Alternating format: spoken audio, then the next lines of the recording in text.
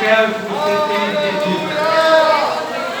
Boa parte da história de Cristo foi contada nessa noite, até a sua ressurreição. Jesus não veio em vão, né? Ele morreu para nos levar de volta à comunhão com o Pai.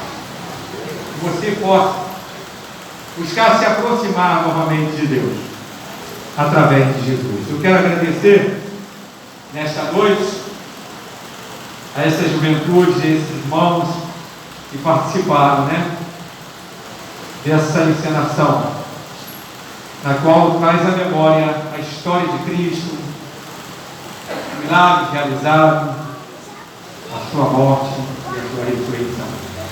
E quero agradecer também, né, a todos eles, de uma forma especial, Andressa, né? Porque foi um desafio. E ela falou: pastor, eu posso? Falei: vamos fazer alguma coisa, né? Na sexta-feira, vamos para a Páscoa. Ela falou: pastor, mas o quê? Falei: não, vamos pensar. E de repente ela falou assim: vamos fazer assim, vamos fazer uma festa, vamos fazer diferente, né? Mas ela não fez diferente. Ela não fez diferente. Ela contou a história de Jesus. A história real, né? A história real de Jesus. E a sua ressurreição, na qual Jesus Cristo verdadeiramente é o leão. Ele é o leão da tribo de Judá. Aleluia!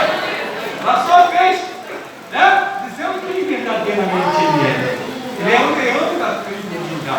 Ele veio da tribo de Judá para realmente firmar e consolidar o reino de Deus na terra para todos sempre. Vamos orar por essa juventude, vamos orar